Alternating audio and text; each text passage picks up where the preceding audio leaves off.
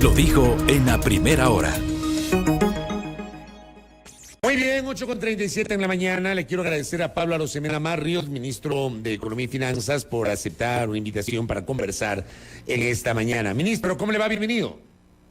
Buenos días, Fabricio. Encantado de poder participar, a las órdenes. Gracias, ministro. A ver, el día de hoy en la Corte Constitucional está previsto el desarrollo de la audiencia de amicus curiae, a través de la cual la jueza Daniela Salazar, que es la encargada de sustanciar el proceso, conocerá los criterios respecto del proyecto de ley de reestructuración empresarial, decreto ley de reestructuración empresarial presentado por el presidente de la República, conocido como ley de quiebras.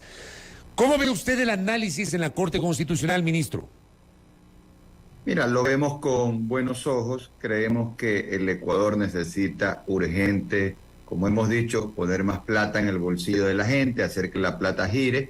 El fenómeno del niño es algo que no hay duda si va a suceder, la duda es cuál va a ser el impacto, y una serie de reformas que hemos estado enviando a la Corte Constitucional. La reforma tributaria, que ya es una realidad, donde hemos bajado impuestos a 340.000 personas de familia, de clase media, 500.000 de microemprendedores también, y eso ya en el mes de julio, ahora que se pagó quincena y se pague fin de mes, la gente puede ver directamente como aquella persona que pagaba $1.000 al año impuesto a la renta y ahora paga cero, esa mayor liquidez le sirve para poder salir adelante. Lo mismo con este proyecto de decreto ley enviado que tiene que ver con la reestructuración empresarial. Menciono el fenómeno del niño porque una de las motivaciones, más allá de la coyuntura actual, que siempre es sensato tener un proyecto, tener en vigencia una ley de quiebras más eficiente, acorde con las mejores prácticas internacionales, cuando te puedes acercar a un fenómeno que complique al sector productivo empresarial, hace bien adelantarte teniendo una legislación que en el ámbito societario, productivo, permita, por un lado, que el emprendimiento que se cae se pueda levantar con mayor facilidad y rapidez, pero también que se proteja a los trabajadores, porque muchas veces cuando una empresa se viene a complicar, quienes se llevan la peor parte son los trabajadores, y eso es justamente lo que se busca salvaguardar con este decreto ley de reestructuración empresarial. Así que vemos con buenos ojos y esperamos que esto se apruebe lo antes posible. Hay quienes asumen de que esta propuesta está dirigida a generar un nuevo salvataje para cierto sector privilegiado de la economía. ¿Usted qué le responde a los críticos de esta propuesta, ministro Arosemena? No es así. Esto es pensado en el emprendedor. Dicho sea de paso, pues el emprendedor, el pequeño emprendedor, es la mayor cantidad de negocios que existen en el Ecuador. En el Ecuador no es un país, digamos, de pocos emprendedores, de mucho microemprendimiento, de mucha empresa pyme, pequeña, mediana empresa, y si bien esto es transversal y sirve para todos, precisamente pues está más pensado en aquellas empresas que están siempre más susceptibles de ser afectadas cuando cambian la situación del entorno. Así que esto es algo transversal para todo tipo de sociedades mercantiles, todo tipo de emprendimientos que puedan reorganizarse sin convertirse en un paria empresarial, y que esa reorganización les permita sacar adelante el negocio, recuperar el negocio, cumplir con sus acreedores, cumplir con las obligaciones que tienen con el Estado y al mismo tiempo salvaguardar los derechos habidos y por haber de sus trabajadores. Así que es algo transversal, es positivo para el país, está hecho acorde con las mejores prácticas internacionales y es una idea que tiene mucho tiempo en el Ecuador dando vueltas el cómo hacer más eficiente la reestructuración de los emprendedores, pero ahora se da la oportunidad para que se haga realidad. Esperamos el dictamen favorable de la Corte Constitucional. Pero usted puede garantizar, ministro Arosemena, el gobierno puede garantizar que esta iniciativa es realmente urgente, o hay el riesgo de que la Corte diga, bueno, no es tan urgente, esperemos a que se instale en la próxima asamblea, más o menos como fue uno de los argumentos de la ley de zonas francas? Lo primero es que la urgencia económica, quien la ley faculta para poder definirlo, es al presidente de la República, ¿no? Esa es la prerrogativa que tiene el presidente, poder decir esto es urgente en económico, y ahí lo que se tiene que ver en la Corte Constitucional es justamente la constitucionalidad.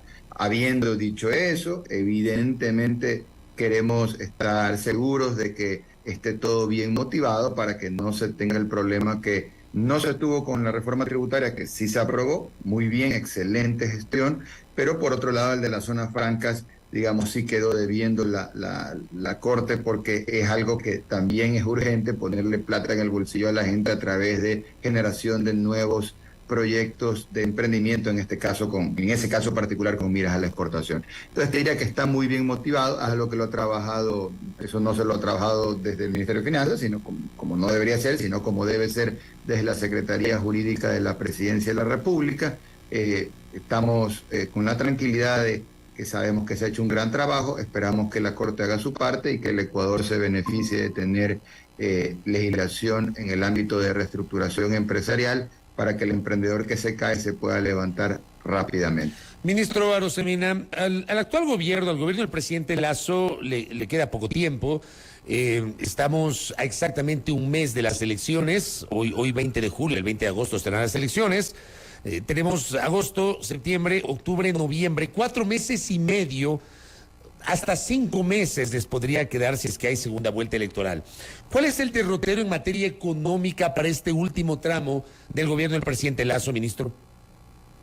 Pero bueno, yo creo que cuando uno quiere saber hacia dónde va, tiene que ver de dónde viene y qué es lo que uno va a entregar en contraste con lo que se ha recibido. Entonces, hay que ver las cifras, que son bastante claras, pero deberíamos de ver cifras de crecimiento económico, cifras de qué es lo que ha pasado con la parte del fisco, las finanzas públicas. Entonces, economía, a veces la gente tiende a confundir dos economías, la economía pública de las finanzas públicas con la economía del sector productivo, que son dos cosas distintas.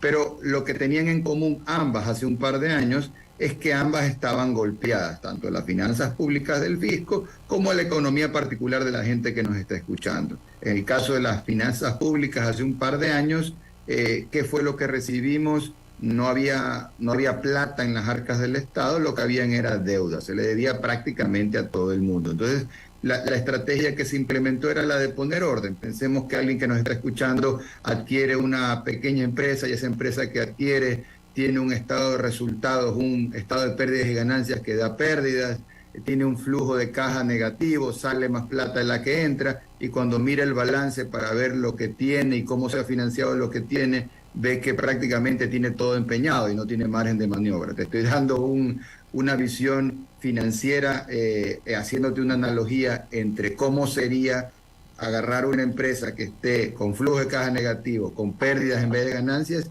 y con más deudas que capacidad de endeudamiento, con el Estado que se agarró las finanzas públicas hace un par de años. Si le queremos poner números a eso, pues lo que es la parte del presupuesto, había un déficit presupuestario, es decir, había más gastos que ingresos. Ese fue el presupuesto prorrogado que se recibió, pero el problema es que el hueco no es que era un huequito de 1 o 2 puntos, era un hueco fiscal de 7,7 puntos en relación al Producto Interno Bruto. En términos de plata, eran más de 8.000 millones de dólares de plata que no había. Por eso cuando la gente dice, oye, no hay esto, no hay esto, no hay lo otro, no hay plata, eso es lo que no había. Y lo que sí había era deudas, cuentas por pagar.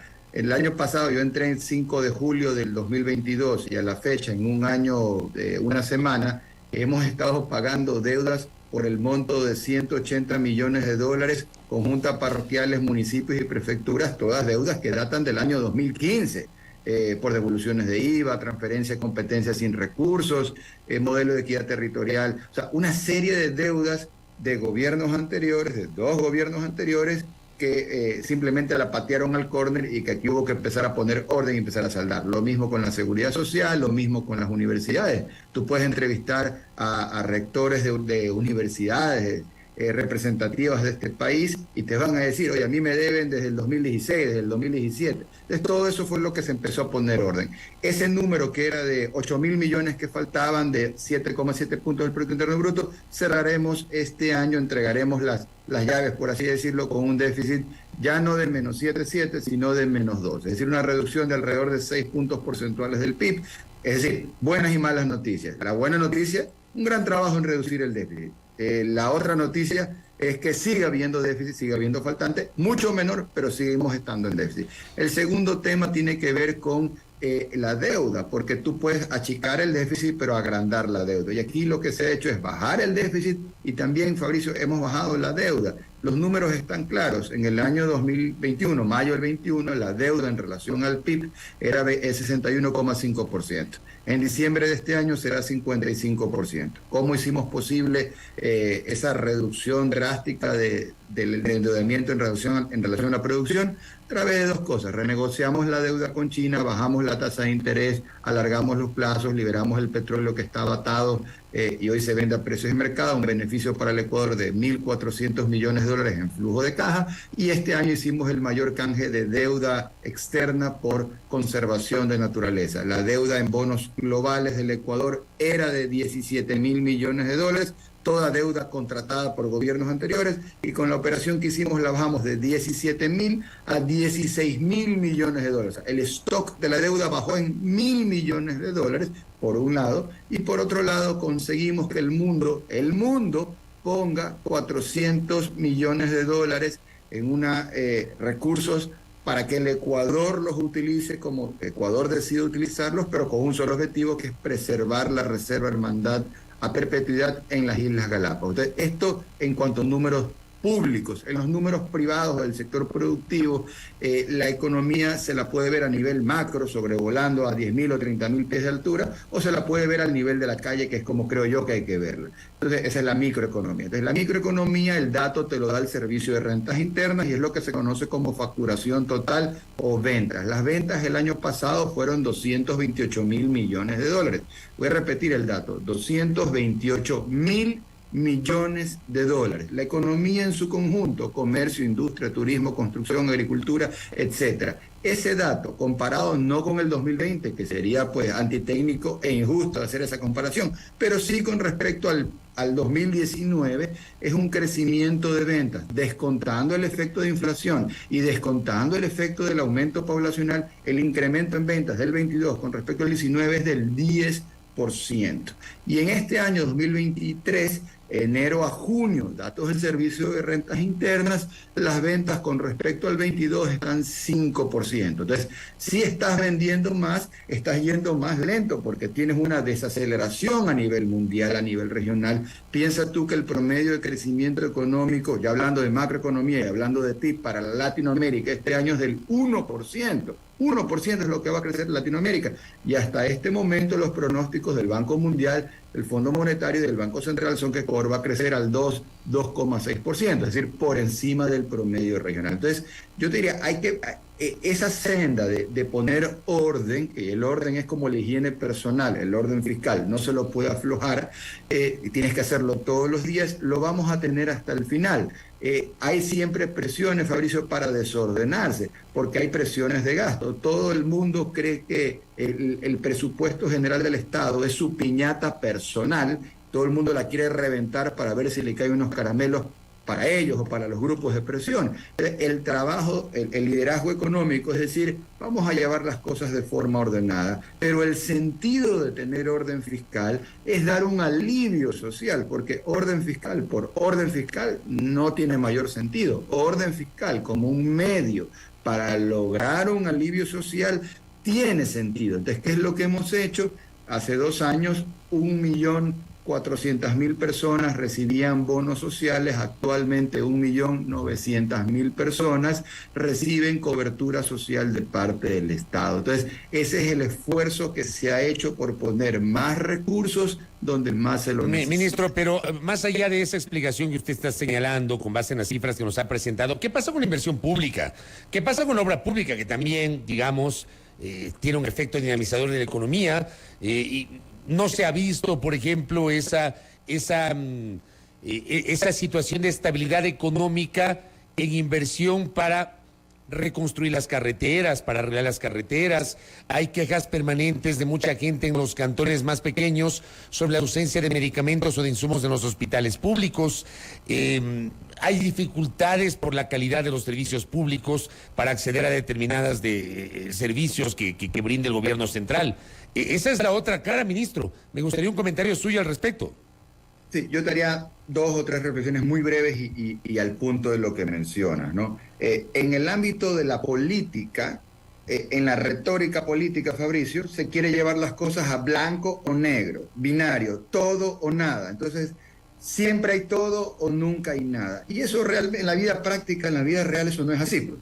Cuando dicen, no, es que no hay nada, pues eso dejémoselo a los políticos, porque ellos son los que viven pues en esa fantasía binaria de todo o nada. En el mundo real, tú tienes progresivamente mejoras o tienes progresivamente empeoramiento de una situación.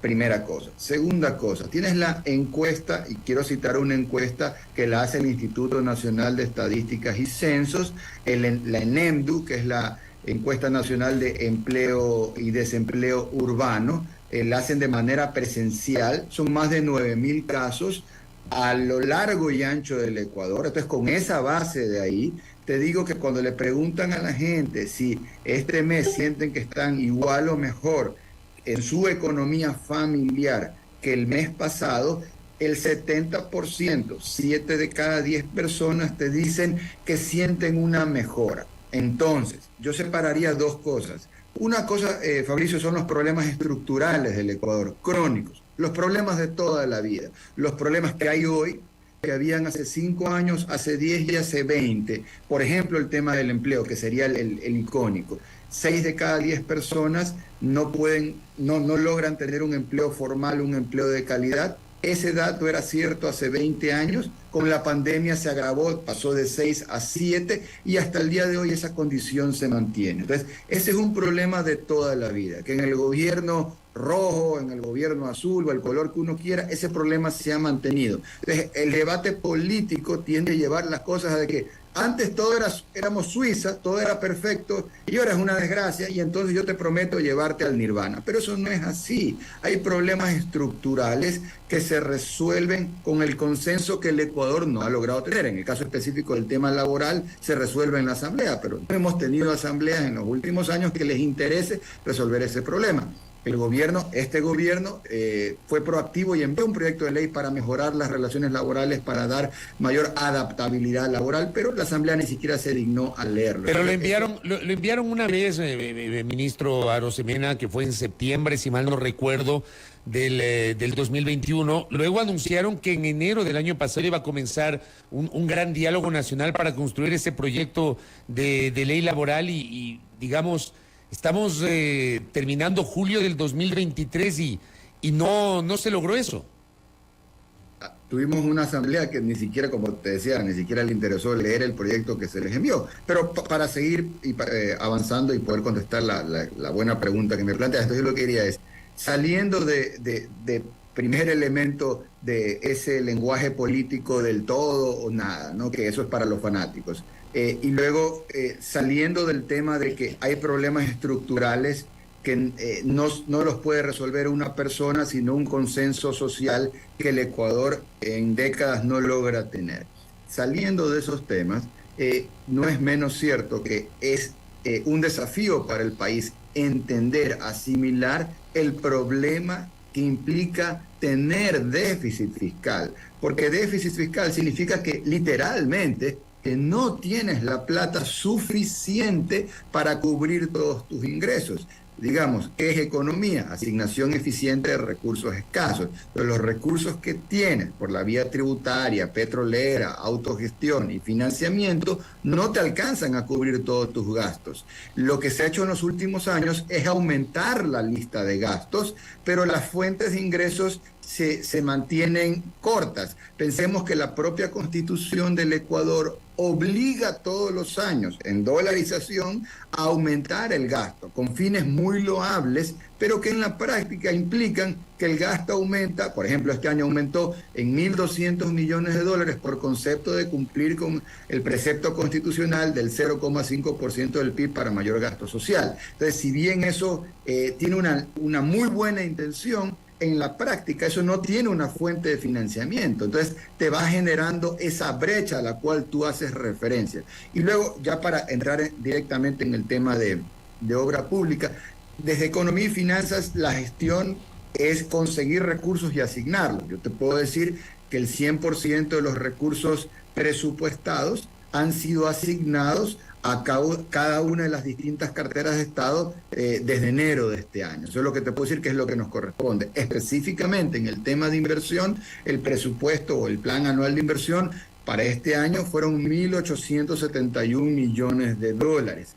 Cierto es que en tiempos anteriores ese rubro ha sido mayor, es verdad, pero lo que también hay que complementar es que cuando han hecho ese rubro mayor ha sido no gratis, sino a costa de haber endeudado más al país y haber disparado el déficit fiscal, que es justo el problema que hoy tenemos. Entonces, al final del día, yo creo que la gente, todo el mundo entiende o conoce o tiene un pariente o un amigo que es botarata, que cae bien, pero que luego nunca sabe cómo pagar y necesita que alguien lo venga a salvar para pagar las cuentas que deja. Y eso es un poco lo que ha pasado en el Ecuador de los últimos años. Hemos tenido gobiernos que tal vez algunos sacaron la guitarra, contaron cachos, eran graciosos, inclusive carismáticos, pero gastaron, despilfarraron, se fueron, nos dejan la factura, y a los que vienen a ordenar, a barrer, a trapear, a limpiar el desastre y a poner orden y pagar esas facturas, vienen ellos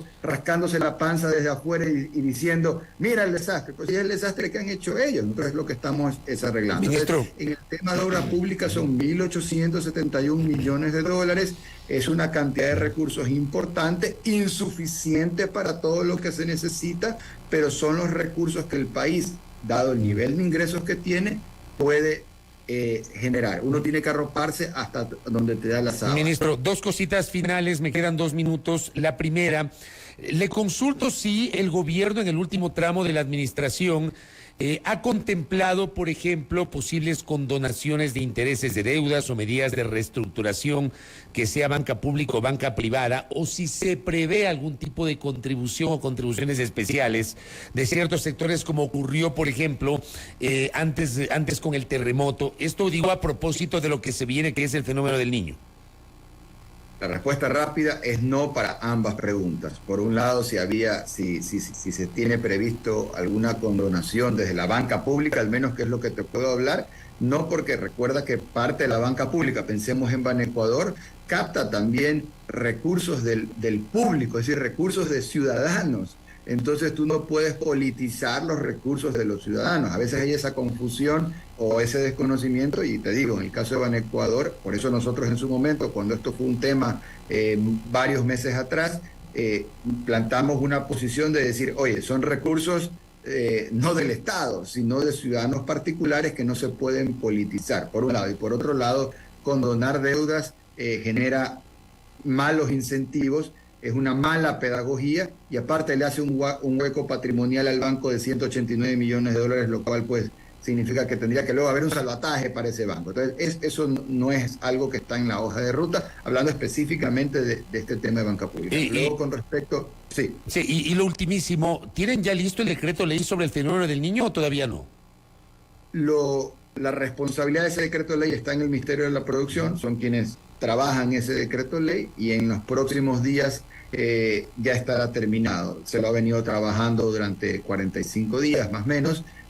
Nosotros hemos conocido obviamente en la parte que tenemos que analizar para poder dar un dictamen, que es el impacto fiscal, y eso va bien. Por otro lado, habrá decreto ley de finanzas públicas, o sea, emitido por el Ministerio de Finanzas, con el sentido de blindar las finanzas públicas para que, independientemente de si nos gobierna de un color o de otro color, todos los ecuatorianos tengan la tranquilidad de que sus recursos van a ser manejados con transparencia y con responsabilidad. Y también tenemos un decreto ley en el ámbito del mercado de valores, que es un mercado muy importante, es un mercado fundamental para el desarrollo productivo del país. ¿Y esos dos decretos leyes, cuándo los van a enviar?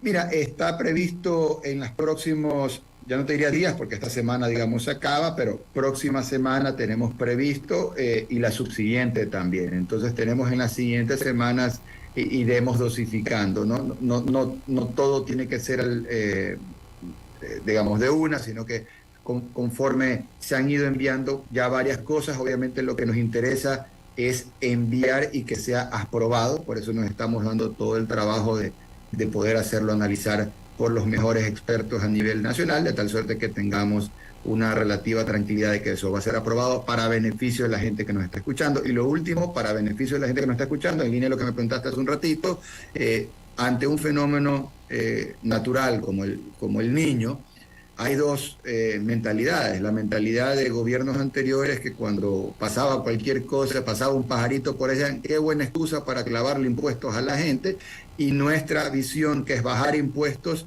dinamizar la economía y aumentar la recaudación. Desde julio del año pasado hasta la fecha, pasado un año o 2 semanas que estoy al frente del Ministerio de Economía y Finanzas, hemos bajado 7 impuestos, hemos puesto $500 millones en el bolsillo de la gente. Si tú revisas en los últimos 20 años, no ha habido una gestión de un Ministerio de Economía y Finanzas que haya bajado tantos impuestos, poniendo tanta plata en el bolsillo de la gente y con un solo sentido, que es dinamizar la economía. Parte de esos impuestos que hemos logrado reducir han permitido inclusive que aumente su recaudación. En lo que va del año, la recaudación del Servicio de Rentas Internas va para arriba. Estamos enfrentando una desaceleración global, hay problemas externos, hay posibles shocks que puedan golpear, como el fenómeno del Niño, pero nosotros hemos ido por la estrategia de poner más recursos en el bolsillo de la gente y por la estrategia del financiamiento preventivo, es decir, activar, como ya lo hemos hecho, las líneas de crédito contingente por desastres naturales con bancos multilaterales, específicamente con el Banco Interamericano de Desarrollo, con el Banco Mundial, y contar con esos recursos. Son recursos no ilimitados, no infinitos, y no son todos los recursos que quisiéramos, pero son recursos que nos permiten tener una flexibilidad de 200 a 400 millones de dólares para ahora, de forma preventiva, ya estar trabajando limpieza de canales, desasolve. Ante una situación que en el año 82 golpeó el 20% del PIB, que en el año 97-98 golpeó el 10% del PIB, tenemos que prepararnos para el peor escenario, y desde ahora, y es lo que estamos haciendo, con recursos escasos, pero gracias a que el año pasado, Fabricio, fuimos el único gobierno que terminó con éxito un acuerdo con el FMI en 20 años. Hacer un acuerdo con el fondo no es difícil, pero difícil es terminar el acuerdo. Y ese fue el mérito que tuvo este gobierno el año pasado, porque eso nos ha dado la credibilidad, el aval para este año conseguir ese financiamiento multilateral, financiamiento preventivo que nos prepare para que el fenómeno del Niño no tenga un impacto como pudiera tenerlo si no tuviéramos esos recursos. Correcto, ministro Arosemena, gracias por el tiempo, que tenga un buen día. Gracias. Pablo Arosemena Marriott, ministro de Economía y Finanzas, haciendo una valoración de la situación económica y anunciando que en breve se van a enviar 2 decretos leyes más a la Corte Constitucional sobre finanzas públicas y mercado de valores que está construyendo el Ministerio de Economía y Finanzas. Ha descartado posibles condonaciones o algún tipo de reestructuraciones en el marco de lo que se viene, que es el fenómeno del Niño. Decreto ley que en cambio está en manos del Ministerio de la Producción. Primera plana. Todas las noticias, todas las voces.